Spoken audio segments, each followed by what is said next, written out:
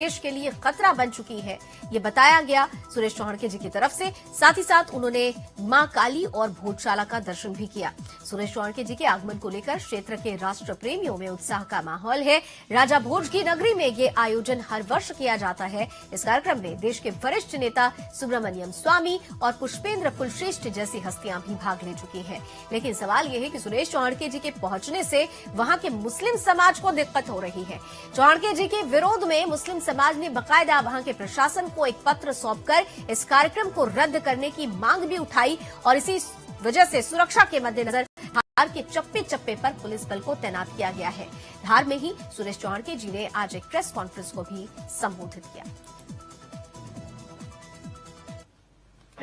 बहुत से लोग आज हिंदुत्ववादी तो हो गए, लेकिन वो पॉलिटिकली हिंदुत्ववादी हो गए। जहां पर मान्यताओं की बात आती है वो उनको लगता है कि लोग क्या कहेंगे, मजाक करेगी, निंदा होगी। जब मैंने दिल्ली के प्रदूषण पर कहा कि यज्ञ होम हवन इसका उपाय हो सकते हैं, दिल्ली के प्रदूषण का ये उपाय है, तो मेरे कई विरोधियों ने ट्विटर पर, सोशल मीडिया पर मेरे खिलाफ पोस्ट है। कई चैनल के मित्रों ने भी कहा सुरेश जी आप क्यों ऐसे विषयों में पढ़ते हैं, लोग मजाक करें। मैंने कहा दिखावे के लिए नहीं स्वीकार करना। मेरा धर्म पूर्णतः वैज्ञानिक है। मैं ईसाइयों की तरह 2000 सालों तक पृथ्वी को चपाती जैसा गोल नहीं मानता था, न मैं मुसलमानों की तरह चांद के टुकड़े करने वाली बात करता। मैं तो ये मानता हूं कि मेरा धर्म वैज्ञानिक है और हमारे पूर्वों ने की हुई है यज्ञ की जो प्रथा है या जो यज्ञ का विज्ञान है, वो विज्ञान का भले ही मैं एक्सपर्ट नहीं हूं, लेकिन मुझे उस पर पूरा भरोसा है। तो मैंने क्या किया, मैंने पीछे नहीं हटा, मैंने अपने स्टूडियो में आर्य समाजियों को बुलाया। आज भी ये सबसे स्वच्छ साफ सुंदर नगरी है, ये लगातार काम करेंगे। आप लोगों ने कचरे की तो सफाई कर दी, लेकिन अभी गद्दारों की सफाई बाकी है, वो करने के लिए क्योंकि कचरा तो फिर भी साफ किया जा सकता है। पिछले 70 साल के हिंदुस्तान के शासन ने, सत्ता ने हमको कचरा साफ करने लायक तो बनाया है, लेकिन हम तो गद्दारों का सफाया करने लायक जो शक्ति हमारे पास थी वो छीन ली। कुछ कानून से, कुछ ऐसी शिक्षा से, जो शिक्षा हमको पुरुषार्थी शौर्यवान पुरुष बनाने के बजाय मेमना बनाती है, या यूं कहे कि आज की भाषा में, मॉडर्न भाषा में कहे तो सेकुलर बनाती। हम अपने धर्मों के प्रति उतने आग्रही नहीं, हम वैदिक पद्धति पर भी आग्रह नहीं है, हम धार्मिक पद्धति पर भी आग्रह नहीं है, हम अपने राजनीतिक अधिकारों के लिए आग्रह नहीं है, हम अपने पूजा पद्धति के लिए भी आग्रही नहीं है। पिछले दिनों दिल्ली में प्रदूषण का बहुत खबरें आई होंगी आपके पास भी। दिल्ली में दिवाली की छुट्टी से ज्यादा छुट्टी प्रदूषण की मिलती है।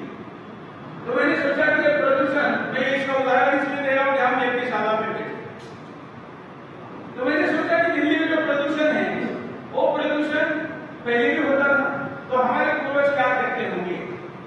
तो मैं हमारे गौरवशाली अतीत में वर्तमान की समस्याओं को देखता हूं, तो मैंने देखा कि तब जो होम हवन यज्ञ होते थे उससे वातावरण की शुद्धि होती। इस पार्टी के 2 सांसद थे और वहां सत्ता में जो प्रभुराम चंद्रेजी के नाम के था। यही पार्टी जब राम के लिए कुछ नहीं कर रही तो देश का हिंदू ठगा हुआ महसूस कर रहा था और उनको गरीब रोटी सुना भी रहा। इसलिए लॉ एंड ऑर्डर की जिम्मेवारी जब तक सरकार ने ली थी तब तक कोर्ट में डिसीजन नहीं देता। आपको पता होगा कि चीफ जस्टिस ऑफ इंडिया ने डीजी यूपी पुलिस इनके साथ मीटिंग करके फिर फैसला देने का निर्णय किया कि लॉ एंड ऑर्डर ओके और नॉट। एक दूसरा, मैंने भी बाबू की तरह आंदोलन करके वहां पर जाके तोड़फोड़ करने की जरूरत है ऐसा मैं नहीं कह रहा। मैंने आंदोलन शब्द भी यूज नहीं किया, मैंने आंदोलन शब्द यूज किया। और मेरे आपके जैसा पत्रकार, सिर्फ मेरी पत्रकारिता में मैंने एक्टिविज्म जोड़ा है, ये एडिशनल एक्टिविज्म जोड़ा है। वो एक्टिविज्म मेरी सुरेश चौहान जी की विशेषता है। मैं जिस लिटरेचर पर भरोसा करता हूँ, जिन शंकराचार्य पर भरोसा करता हूँ, जिन सत्यों पर भरोसा करता हूँ, उनपे तो करता ही था। लेकिन मैंने आज दिन के उजाले में अपने आंखों से देखा। दुर्भाग्य से इसके पहले मैं 2 बार आया, दोनों बार वो 5 बज चुके थे और वो रात हो चुकी थी तो देख नहीं पाया। इसलिए इस बार मैं पहले दिन की फिर आपको मिला तो आई एम फुली कन्विंस, और आप लोग भी होंगे, इसमें कोई हो रहा नहीं। और ये आयुर्वेद ऐसा मसला नहीं है कि कुछ जमीन के नीचे दबा है, यहाँ तो खुले आंखों से दिख रहा है। और एक टेक्निकल पार्ट है कि जो सरकार इसको जो नाम दिए हुए है उस नाम में उन्होंने घर में लिखा। मैं आज आपके माध्यम से आपके ही राज्य के सांसद और केंद्र में कल्चर मिनिस्टर जो कि आपके राज्य के सांसद थी, तो उनको आह्वान करता, उनका जन्मदिन पटेल, प्रहलाद पटेल। तो प्रहलाद पटेल जी कल्चर मिनिस्टर है, आर्कियोलॉजी सेवा मीडिया उनके अंदर आता है। उस दृष्टिकोण से ये विवाद भी उनके अंदर आता है। उन्होंने कुछ नहीं करना है, इसके लिए कोर्ट का आदेश की जरूरत नहीं। और देखिए आप ऐसे बोलने को हमें भूमि से आपको या तो प्रधानमंत्री भी 3 बार आ चुके हैं, तो इसलिए पिछली सरकार ने क्यों नहीं किया, तो नहीं किया तो भुगत रहे, विपक्ष में बैठे। शिवराज चौहान ने करना चाहिए, नहीं किया तो बैठे हैं। अब वो करे या कमलनाथ जी करे। कमलनाथ जी को पिछले दिनों में मिला था तो मैंने जब उनको कहा तो उन्होंने कहा कि मैं किसी भी पूर्व ग्रह दूषित नजर से किसी भी समस्या की तरफ नहीं देख रहा। मेरे सामने जो तथ्य आएंगे मैं उस पर निर्णय करने के लिए तैयार हूं। मैं नया मध्य प्रदेश बनाना चाहता हूं। मैं तो वो साला भी बोल रहा हूँ, ये उनके शब्द हैं। तो फिर मैं अभी अगले 1-2 हफ्ते में कमलनाथ जी को भी मिलूंगा, प्रहलाद पटेल जी को भी मिलूंगा, मोदी जी को भी मिलूंगा, और ये जो सारे तथ्य मैंने खुद देखे, प्लस जो आपके पास विश्वविद्यालय है ये दूंगा। मैं नहीं कह रहा कि बापी की तरह जाके कुछ तोड़ करें, उसकी आवश्यकता यहाँ कहीं भी नहीं। देखिए अब हम हिंदुस्तान की केवल बात नहीं करते, दुनिया के किसी भी देश में जो पीढ़ी सामर्थ्य के साथ अपने काम को करती है वो अपने इतिहास का पुनर्लेखन भी करती है, दोषों को दुरुस्त भी करती है। ये इतिहास का प्रकृति का नहीं है। मैं केवल भारत की बात नहीं कर रहा। 500 साल में मंदिर नहीं बना अयोध्या का, अभी बना ना, कैसे बना इसमें चर्चा हो सकती है, लेकिन बनाना फैक्ट है। मुझे ऐसा लगता है कि हिंदुस्तानी समाज में जो एक स्वाभिमान की जागृति हुई है, स्वयं के इतिहास के प्रति गौरव महसूस होने वाला माहौल है। देखिए कैसे कैसे अच्छी फिल्में बन रही है। अभी झांसी के रानी पे जो फिल्म आई थी पिछले दिनों, कितनी अच्छी फिल्म। अभी पानीपत आ रही है, तानाजी आ रही है। क्यों भाई, यही फिल्में पीके जैसे फिल्में बनती थी जिसमें भगवान की मूर्ति में ट्रांसमीटर का हिला के दिखाता था आमिर खान, इसमें सेल लगे क्या बोलता था। अभी क्यों नहीं बन रही? ये बदलते समाज के स्वरूप का वास्तव है। तो समाज अपने अस्तित्व को, अपने अतीत को अपना मानकर स्वाभिमान से जीना चाहता है, वहां इतिहास का पुनर्लेखन होता है। ये समाज शास्त्र का नियम है, मैं नहीं बताता। इसलिए मैं ऐसा मानता हूं कि ये सब होगा, और इसका ये होना कब चाहिए था, तो जिस दिन इस्लाम के नाम पर पाकिस्तान दे दिया उस दिन सबके राजनेताओं ने कहना चाहिए था कि जब इस्लाम के नाम पर हमने देश दे ही दिया है तो किसी आक्रांताओं की निशानी। और देखिए ये भारत के मुसलमानों के पूर्वजों की निशानी नहीं है। सुप्रीम कोर्ट ऑफ इंडिया ने राम मंदिर जन्मभूमि में जो आदेश दिया है उसमें अगर आपने पढ़ा होगा तो उन्होंने कहा है कि राम मंदिर को भारत के मुसलमानों ने नहीं गिराया, उनका कहना है कि आक्रांताओं ने गिराया। तो ये भारत के पूर्वज नहीं है। जब भारत में भी कहीं आतंकवादी हमला होता है तो भारत के तमाम मुल्ला मौलवी क्या कहते हैं कि ये मुसलमान नहीं है, ये तो आतंकवादी है। तो उनको क्यों अपना नहीं मानते? तो फिर इनको क्यों मान रहे भाई? खिलजी कहां से आ गया, कहां से बाबर आ गया, ये औरंगजेब कहां से आएगा, इनको क्यों मानना है? तो ये जो भारत के मुसलमानों के पूर्वज नहीं है, आक्रांताओं के, तो आक्रांताओं के निशानियों को तो गुलाम ही संजो के रखता है ना। एक यूरोपियन इतिहासकार कहता है, थोड़ा कुछ माता बहने यहाँ बैठी है, वो कहता है कि बलात्कार का विरोध जो नहीं कर सकते वो बलात्कार का आनंद लेते। आज तक इतने साल हमारा समाज इसका विरोध नहीं कर पाया और कुछ भी कारण रहा हो, लेकिन अब विरोध करने की स्थिति में है। और मैं जो 36,000 की लिस्ट बता रहा हूँ, ये सुरेश चौहान के लिए बनाई हुई लिस्ट नहीं है, ये ऑफिशियल लिस्ट है। और इसमें एक भी ऐसी चीज नहीं है जिसमें प्रूफ नहीं। इसलिए पहली चीज लिस्ट है, दूसरी चीज समाज की मानसिकता है, और तीसरी चीज इसके साथ तार्किक, जो कि सुप्रीम कोर्ट का आदेश है कि मुसलमानों ने नहीं गिराया, अब्दुल्ला ने नहीं गिराया। तो ये भारत के कानून के अनुसार भी इसमें कोई बाधा नहीं है। मैं भारत के मुसलमानों को कहता हूँ, इस बहाने उनको अपने आप को हिंदुस्तान के हिंदुओं के साथ जोड़ने का मौका है जो उसको नहीं गवाए। हम भी कहते हैं कि उनका हमारा लिए नहीं है। मैं किसी की भी पूजा पद्धति बदलने का विरोधी नहीं हूँ। हिंदुओं में भी बहुत लोग हैं जो किसी भी भगवान की पूजा नहीं करते, नास्तिक। मैं 33 करोड़ भगवानों को मानता हूँ, एक अल्लाह एक ईसा, इसमें और एडिशन कोई दिक्कत नहीं। मैं इस्लाम के साम्राज्यवादी दृष्टिकोण के खिलाफ हूँ और इस साम्राज्यवादी दृष्टिकोण के प्रति तमाम, इसलिए इनको बदलना जरूरी है।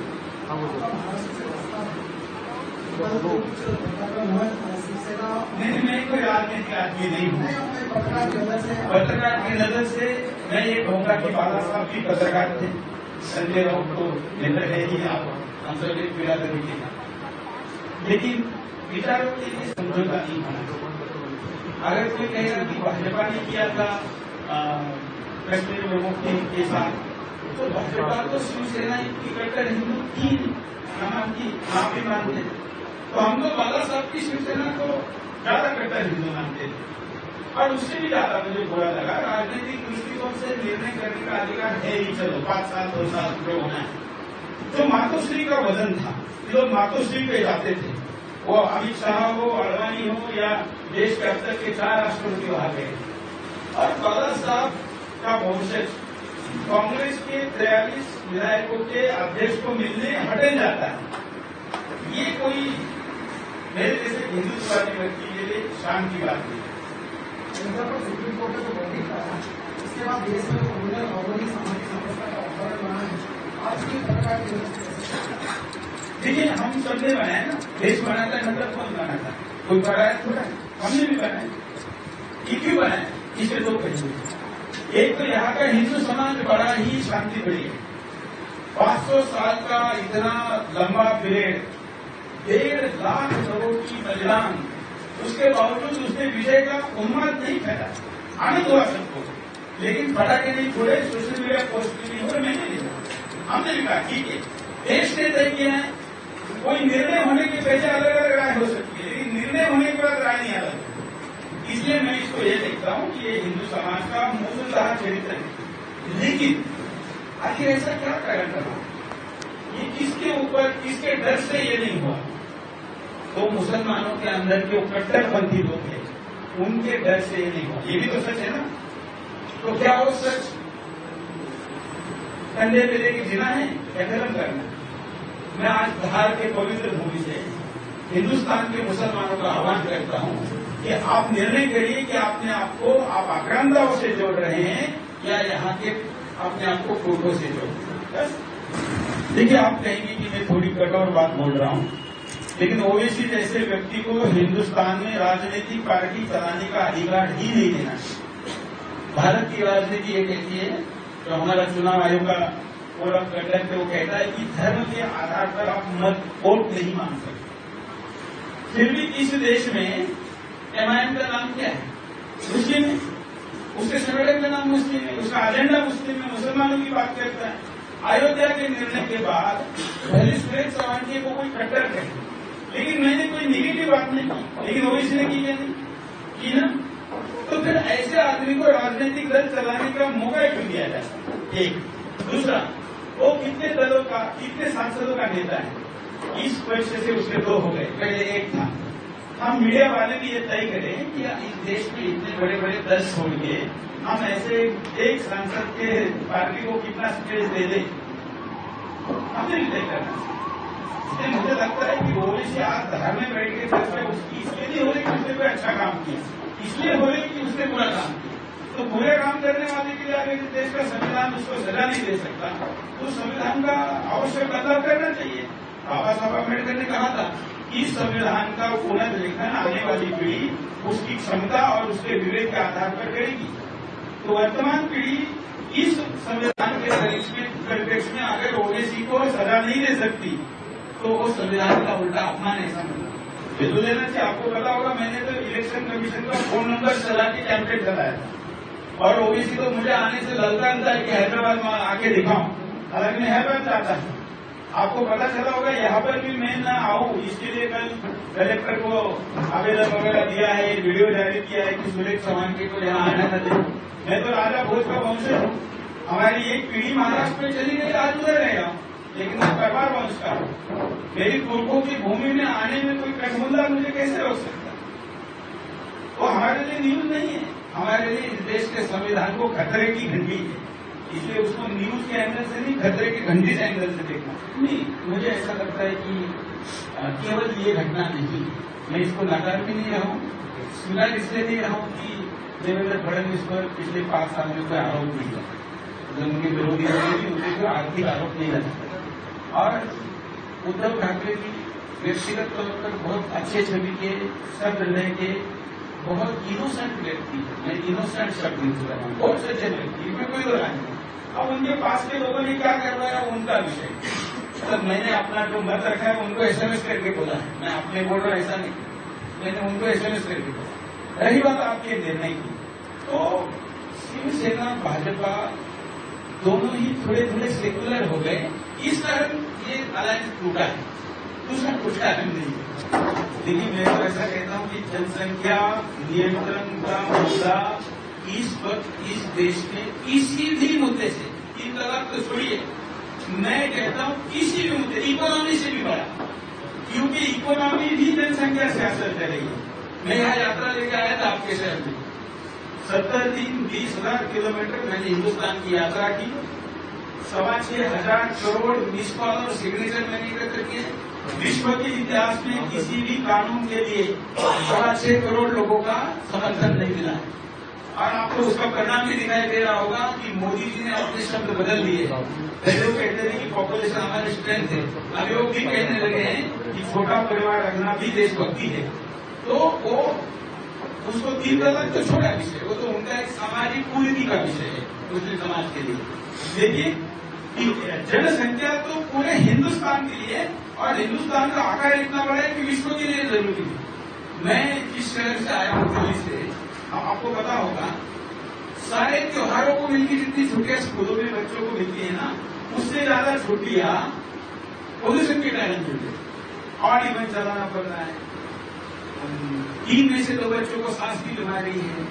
और दूसरा पहलू है हिंदू मुस्लिम जनसंख्या का असंतुलन, जिसमें मैं बोलूंगा, इसलिए अब उस पर नहीं बोलता। देखिए हमारी बच्चियों को या हमारी महिला को पहले तो पश्चिमीकरण के इस चक्कर में फंसाया, और ये जो आज के भाषण में मैं बोलूंगा, लेकिन धर्मनिरपेक्षता को, जिसको अडवाणी जी की भाषा में कहे तो सूडो सेक्युलरिज्म में हमने अपने बच्चों को अभी भी पढ़ाते हैं कि सब एक जैसे, और उधर मदरसे में पढ़ाते हैं कि वो सारे तुम्हारे दुश्मन हैं। लव जिहाद का स्पेसिफिक में जवाब दूं तो लव जिहाद केवल हिंदुस्तान में नहीं है, अमेरिका के ईसाइयों की क्या कंप्लेंट है, लव जिहाद अमेरिका में भी। यूरोप की क्या कंप्लेंट है, वॉइस ऑफ यूरोप नाम से ट्विटर हैंडल है, वेबसाइट भी है, पोर्टल भी है, आप करोगे वहां का टाइपिंग है। इतना ही नहीं, जहां पर सबसे ज्यादा हिंदू रहते हैं मॉरिशस, ऐसा हम मानते हैं।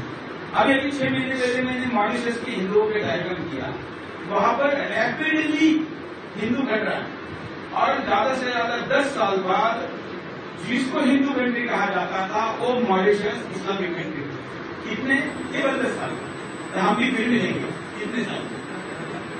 तो सोचिए कि ये केवल भारत में नहीं है, इस्लाम का साम्राज्यवादी कार्यक्रम का हिस्सा लव जिहाद है।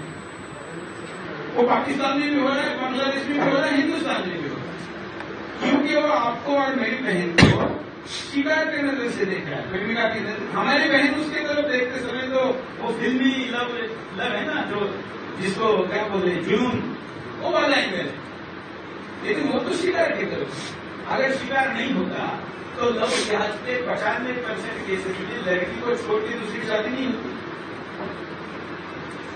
50% से ज्यादा लड़कियां तो इस स्थिति में, अभी मैं क्या बोलूं आपको, सब जानते हैं, लव जिहाद में नया विषय मिला। इसलिए ये तमाम सारी चीजों के पीछे हिंदू मुस्लिम जनसंख्या का बदलता अनुपात है। आज भी आपको पता है, अभी हरियाणा में जाटों की लड़की को लव जिहाद किया, तो उन्होंने क्या किया, घर में उसके मारो। अभी आया था सुबह तो जाट की लड़की ने भगा के लेके जाए, महाराष्ट्र में मराठा की लड़की ने भगा के लेके जाए, क्योंकि अगर वो लेके जाएंगे तो उसका जवाब दे दो।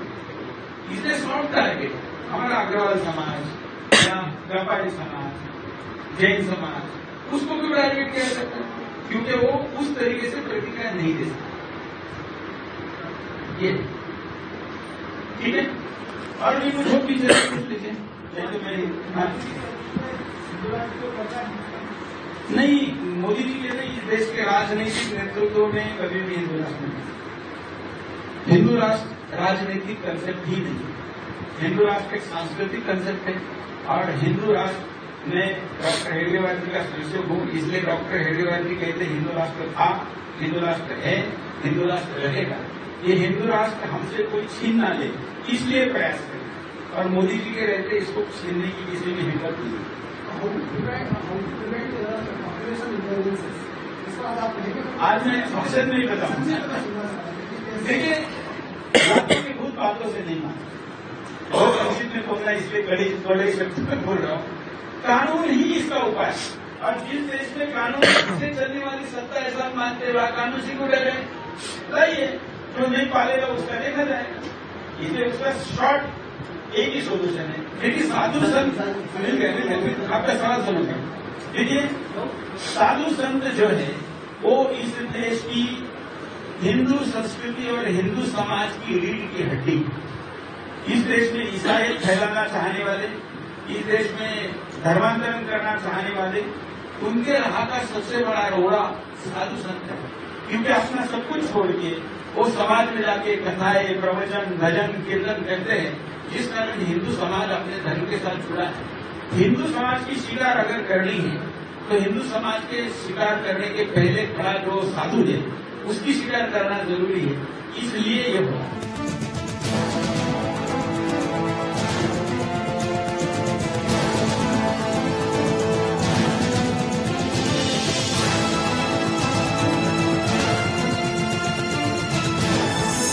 आप देख रहे हैं सुदर्शन न्यूज।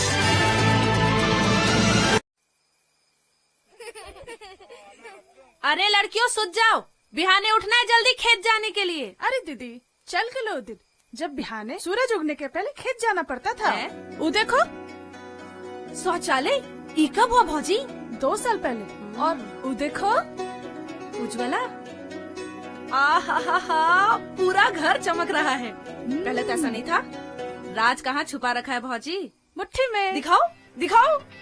ओ हो तो भाजपा दोबारा? कसम उज्ज्वला के दीदी। झारखंड पुकारा, भाजपा दोबारा। कमल का बटन दबाएं, भाजपा को जिताएं। रूप मंत्र आयुर्वेदिक फेस क्रीम, इसमें है हल्दी चंदन के साथ एलोवेरा, तुलसी, नीम और बादाम तेल जैसी 12 खास आयुर्वेदिक जड़ी बूटियाँ जो चेहरे की त्वचा में समाकर उसे अंदर से निखारे। रूप मंत्र Ayurvedic face cream and face wash, ये कोई कॉस्मेटिक नहीं, आयुर्वेदिक औषधि है। पुणे के भोसरी विधानसभा क्षेत्र के भाजपा विधायक माननीय श्री महेश जी लांडगे को जन्मदिन की मंगलमय शुभकामनाएं। शुभचिंतक प्रसाद जी कुलकर्णी एवं महेश दादा लांडगे मित्र परिवार महाराष्ट्र। शिव ज्योतिष अनुसंधान केंद्र के अध्यक्ष श्री पवन गोयल राय साहब जी का रत्न रहस्य देखिए शाम 5:30 बजे सिर्फ सुदर्शन टीवी पर। दोबारा भैया थोड़ा हमको बाजार तक छोड़ दीजिएगा। हाँ कहे नहीं, बैठिए। सुने थे शाम में झारखंड सेफ नहीं है। लगता है काफी साल बाद आ रहे हैं आप। चल गया वो सब दिन जब सांझ को लोग निकल नहीं पाते थे, जब हर कहीं नक्सली हमला हुआ करता था, रोज बंदिए हुआ करता था। अच्छा हाँ, तो अब सेफ कैसे हो गया? हजारों दरोगा पुलिस बढ़ा दिए गए हैं, बम निरोधक दस्ता भी बढ़ा दिए गए, दिन रात एक किए हैं, तब जाके आज नक्सली हमला लगभग खत्म सा हो गया है, समझे? अरे पर ये कमाल हुआ कैसे? दोबारा यही कमाल हुआ है भैया, कमल से। अब भाजपा दोबारा? बिरसा मुंडा का कसम। झारखंड पुकारा, भाजपा दोबारा। कमल का बटन दबाएं, भाजपा को जिताएं। देखो भाजपा दोबारा। रूप मंत्र आयुर्वेदिक फेस क्रीम। इसमें है हल्दी चंदन के साथ एलोवेरा, तुलसी, नीम और बादाम तेल जैसी 12 खास आयुर्वेदिक जड़ी बूटियाँ, जो चेहरे की त्वचा में समाकर उसे अंदर से निखारे। रूप मंत्र Ayurvedic face cream and face wash, ये कोई कॉस्मेटिक नहीं, आयुर्वेदिक औषधि है।